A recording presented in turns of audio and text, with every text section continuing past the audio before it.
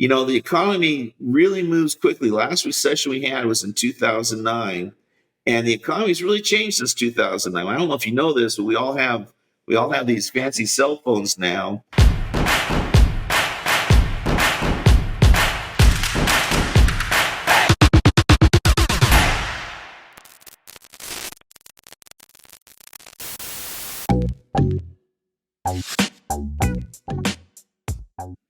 Hey guys, welcome back to the Zoncom podcast. This is Andrew Erickson, your host as always.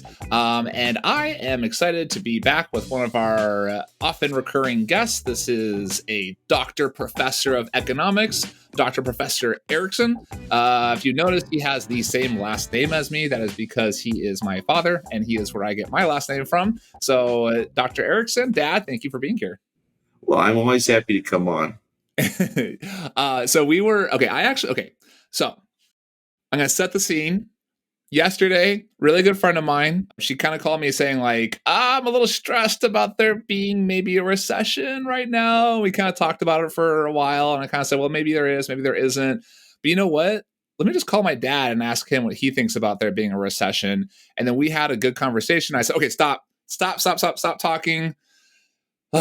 We need to get onto the podcast. We need to have an Amazon conversation about a recession. So that's what we're going to talk about today. So, Dad, thanks for coming on. And anytime. You tell me. Okay, so first, if anybody hasn't heard from my dad, go ahead and type in Chris Erickson, Dr. Chris Erickson, into our show notes or whatever the little search thingy on the library. He's been on about 5 times. And we've talked about recessions and inflation before, but in the show notes, we'll add the episodes that he's been in the past. But Dr. Erickson, why don't you give yourself a little intro and tell us why we should be listening to you?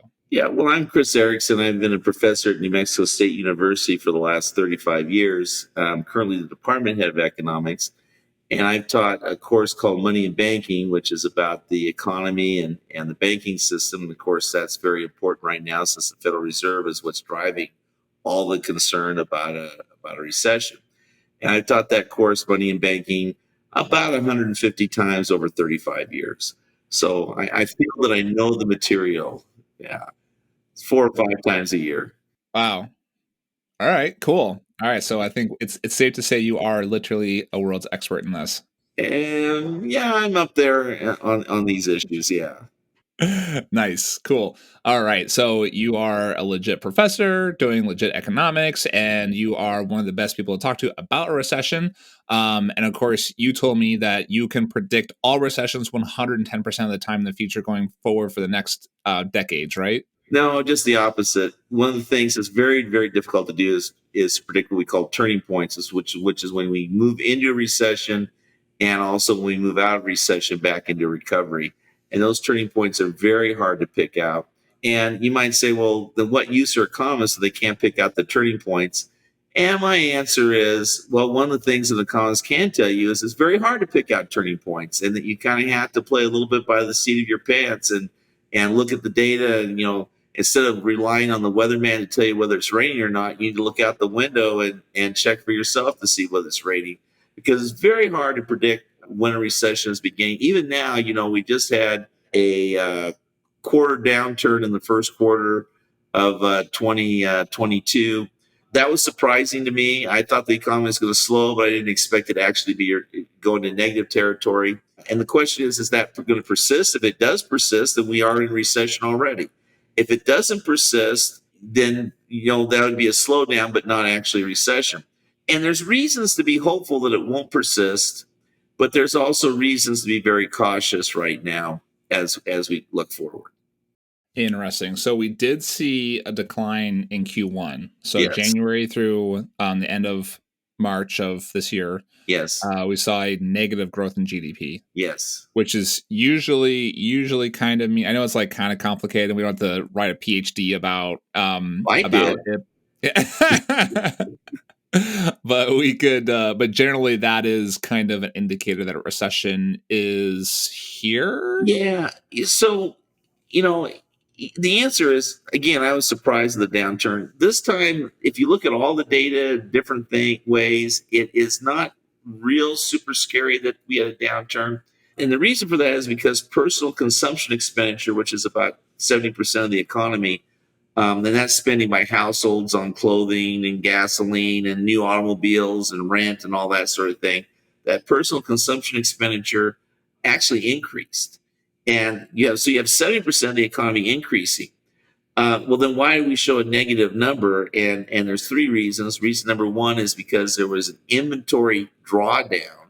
People had really stocked up on inventory in December, of course, coming out of the pandemic, and now they're kind of coasting on that inventory and they're having inventory drawdown. That counts as a negative because you're not producing inventory. So there's people are buying. So businesses reduce the amount of shit that they have. They reduce the amount of stuff they have in the warehouse or in process of production or on the shelves in the retail outlet. But people bought more stuff. Yeah, so there was a bigger drawdown. Does that mean people bought it all up? Or that means that people just ordered, that the businesses ordered less. There was a very strong increase in inventory last quarter, and that has been partially offset this quarter by the negative growth in inventory, which is driven partly by unexpectedly high sales and partly by businesses not ordering as much inventory as they typically do. I will say, just from a microeconomic perspective, micro meaning just this room where I run my business from, I bought a lot of inventory because it's been so hard to get stuff moving. It's taking 2 months to ship stuff. It's taking 2 or 3 months for the factories. And then we're also seeing shutdowns in China.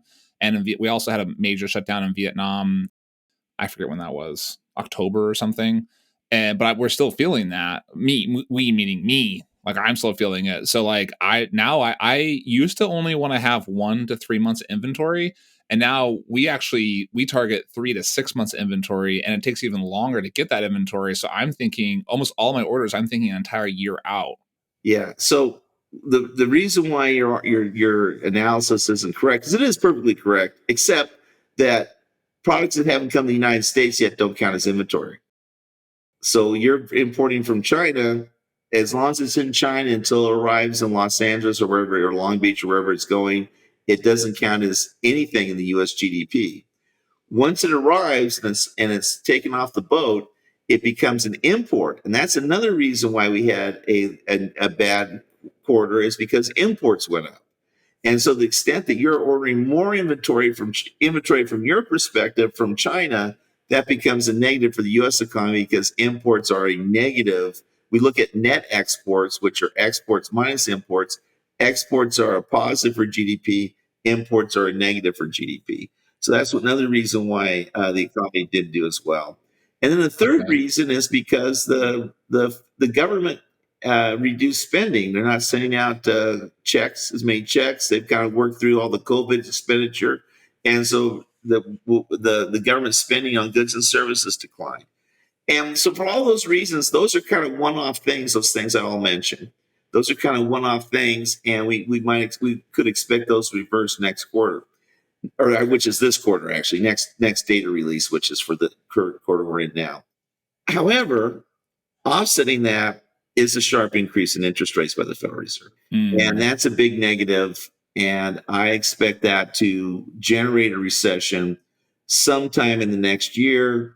I had thought it would be maybe the first part of 2023, but maybe it's going to be sooner than I expected. You know, the economy really moves quickly. Last recession we had was in 2009, and the economy's really changed since 2009. I don't know if you know this, but we all have these fancy cell phones now. We all have a lot more computer power. The gig economy didn't exist before, et cetera, et cetera, et cetera. In fact, what Amazon's selling? When did Amazon open Amazon Marketplace? I mean, let's see here. FBA. Oh yeah, I don't think FBA even existed back then. Maybe it did, like in the smallest sense, but I know in 2014 was kind of like the beginning. That wasn't like technically the beginning, but that was kind of the beginning of like it really growing. So that's 2014. That was, I mean, that's years after 2019. Yeah, exactly. In 2009. Yeah, that's exactly right. 2009. Yeah, that's exactly right. And so the economy's changed a lot, and so things may be moving quicker than I expected. And then we have this other thing that is a big issue, which are the supply chain snafus.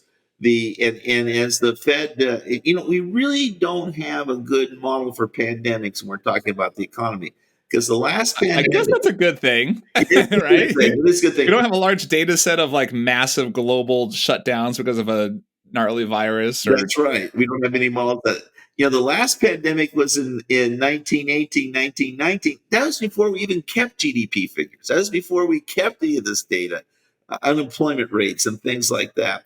And so we can't look back in the data and say, well, last time we had a pandemic, this is how the economy recovered. And so it makes it very hard to tell what's going to happen going forward. So I told you all these reasons why it's hard to tell what's going to happen. So I will say, in my estimation, in the next 12 months, we have I'm going to say 60% chance of recession. That is approximately 3 times the background rate. So background rate's about once every 5 years. And I'm saying we have about 3 times the chance of having recession. And I should mention one more thing too. There is no case in the record where you've had this high an inflation rate and the Fed has been able to bring inflation down without a recession. it's like chemo. It's You like gotta chemo, exactly. the medicine's tough to cure the cancer, I guess. Exactly. And so, Man. yeah, Okay, so let's just say it's half, or like 60%, right? So good chance, but definitely not guaranteed. definitely not So guaranteed. so if there is a recession, does that mean the entire country is going to collapse and the dollar is going to stop, and then Russia's going to conquer all of Europe, and the government's going to collapse and stuff? So one of the fun facts about recessions is that the recession that happens every January because of the end of the Christmas season is far greater, larger than the recession that we typically have because of the business cycle. And so we go through a massive recession every year. It's called winter. And then we have a recovery in spring and we're going right along in summer. And then finally we hit fall and winter and we're into the Christmas season. And so I anticipate that what will happen is that we'll see a decline in economic growth of 1 to 2%. That's 1 to 2% dip. That you can kind of proportionalize that and say that means that we'll have a fairly sharp increase in business failures. And of course, if you're an Amazon seller, you want to avoid being a business failure. And the way to do that, of course, is to kind of keep your powder dry. You want to make sure you have inventory and everything set up to take advantage of the recovery. So when the economy does turn around, you want to be ready to go. Probably now is not the time to take out a large loan if you can avoid it. But of course, when I give you advice like that, it is very generic advice, and there are many people out there listening to this who say, "But I'm getting ready to expand my business into this new niche, and it'll be ready in about a year, and I have to borrow now to be ready in a year." Well, in a year is when the recovery will be hitting. So yeah, go to it. So you want to be cautious without being frightened. If you think your plans are solid and you know what you're doing, move forward. If you have some plans that you're not sure about, you may want to hold them back, especially if they're ones that you can implement in a few weeks or a couple of months. You can wait till see what happens and then implement them later. And then another thing, of course, we're in a high inflationary period.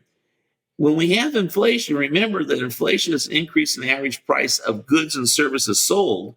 So if you're selling goods and they're going up on average by a certain price, if they're going up on average by 5 or 6 or 7%, well, that's faster than the interest rate. That's actually a good investment.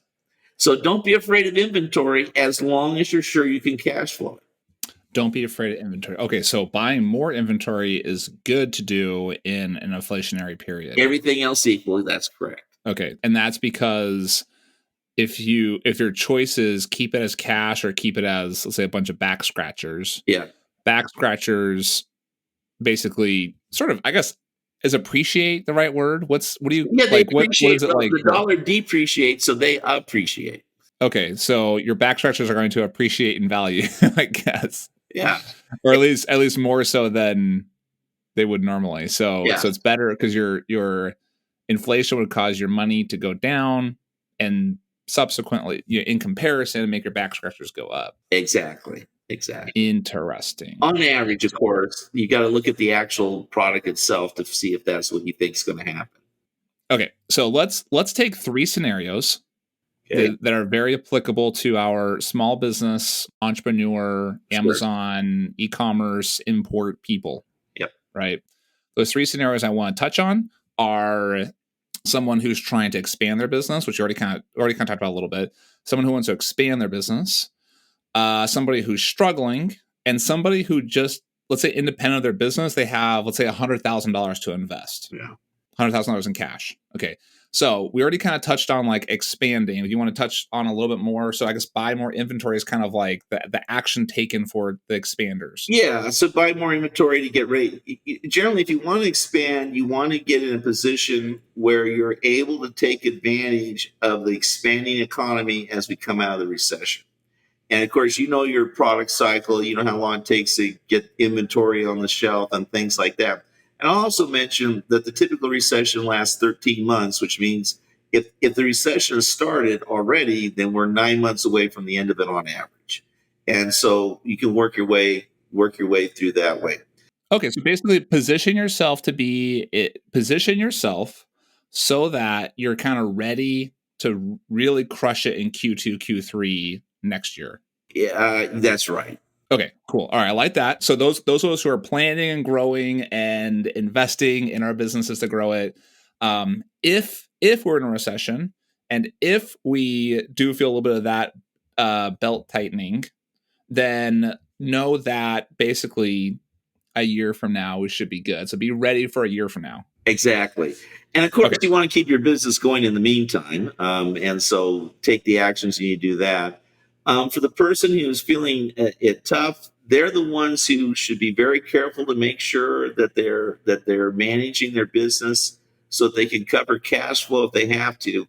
It'll be very difficult to go to a bank and expand loans during a recession. Not impossible, but difficult. And so you want to make sure that you're set up so that you can cover your cash flow. Now I've said a lot of things are a little bit contradictory. So, well, get inventory. Well, that's the negative on cash flow. Well, you got to balance that out. You got to balance that out. And I said, get ready to expand when you hit the bottom of the recession so you can come out. Again, that's a negative on cash flow, generally speaking. You have to balance that out. But if you think maybe you're doing okay now and you're happy and if everything continue to be okay, but you're afraid the recession will push you out of that comfort zone, then that's where you got to be very, very careful to manage cash flow. Again, there's no generic advice for everybody, but that's the advice I would give for people in that second category. So now the last thing we're going to cover, again, we're trying to do actionable things for people. The third one is let's say independent of business, independent of your house or your family or whatever, you have $100,000 and you want to do something with it. What should I do with that 100,000? Well, so right now the financial markets are very tough. If you're talking about someone who's thinking about opening a business, expanding to Amazon, they should follow the same advice that I gave the people who are expanding their business. And that is manage towards being ready to move quickly when the recession is over so you can take advantage of that upswing in the economy that comes at the end of the recession. And if other alternatives are possible, you're not just stuck with Amazon or are not just set on Amazon, I should say. Not stuck because Amazon, we all know, everyone listening to this knows that you can make a good living being an Amazon seller. And so I don't want to say stuck in Amazon. I want to say if Amazon's not your only option. It is a tough market, but I will tell you, it's very difficult to time the market. If you had known 2 months ago what the market was going to do over the last 6 weeks, obviously you would have gotten out of the market and you would have put your money in a checking account because bonds went down, stocks went down. This is the first time bonds have gone down at the same time as the stock. And I think I read somewhere in 20 or 30 years. And so it's a real tough market out there right now. But I think it's very difficult to time the market, and you need to. So if I had money now, $100,000, and I wasn't putting in Amazon, I think seriously about a very well diversified portfolio of stocks, because the stock market recovers on average 6 months before the economy as a whole. Stock market Oh, is an indicator of the economy in the future, not the economy today. interesting. Yeah. And so Hmm. that would be advice I give. But, everyone has their own risks, comfort. You can also put your money in your mattress, and It is hard and scary because of inflation, right? So if you have that 100,000, you're just like, I'm just going to wait and see what happens. But then you have 8 or 10% inflation, yeah, you're just going to $10,000 is going to evaporate. yeah, in purchasing power, exactly. Although that being said, if you invest in the stock market in the last 3 months, you would have had that 10%, 15% evaporate just from the stock stuff. So, Yeah, oh yeah, man. yeah. So the reason why we call it a recession is because it's a general downturn in the economy. Well, general means everything, not or most Hmm. everything, not. So it's hard to find a place to put your money that's safe. You can only do again. You only play the odds, and historically, the stock market has rebounded faster than the economy as a whole. What about real estate? Well, real estate is okay, and real estate's a famous hedge for inflation because real estate is real property, and real property should keep its value in terms of dollars. The problem with real estate, of course, is that the mortgage rate right now is 5.5%, and you're likely to see.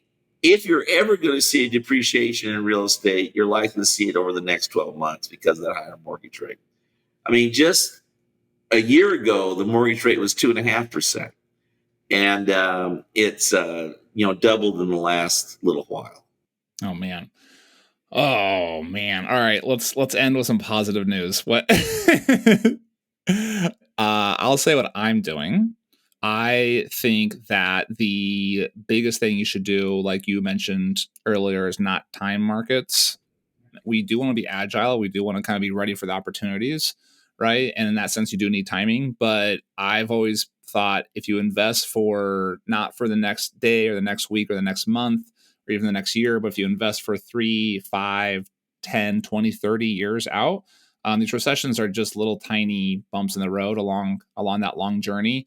And that if you just have a proper good understanding of the fundamentals and you invest in the fundamentals, invest meaning you invest in your business, you invest in your education, you invest in the stock market, you invest in real estate, maybe throw a Bitcoin in there, 1 or 2 Bitcoins, or maybe not even 0.1 Bitcoins or something like that.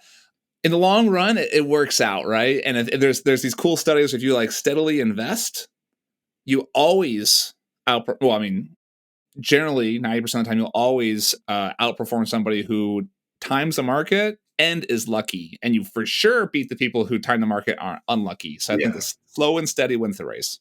yeah, I agree with that. And of course, if the problem, of course, with trying to time the market is that if you pull out of the market often, just like we've seen in the last month, you'll see all the gains and all the losses in a very short period of time. And Mm, by the time you realize what's going on, it's too late. stay the course. Stay the course. Stay the course. All right, Dr. Professor Erickson, thank you so much for telling us about the recession. We're going to come back, let's say maybe 6 months from now, and see how right we were. Somebody accountable. That's the blame. That you never predict anything that can be checked in less than 5 years. Because if you're wrong, everyone will have forgotten, and if you're right, you'll remind people of it.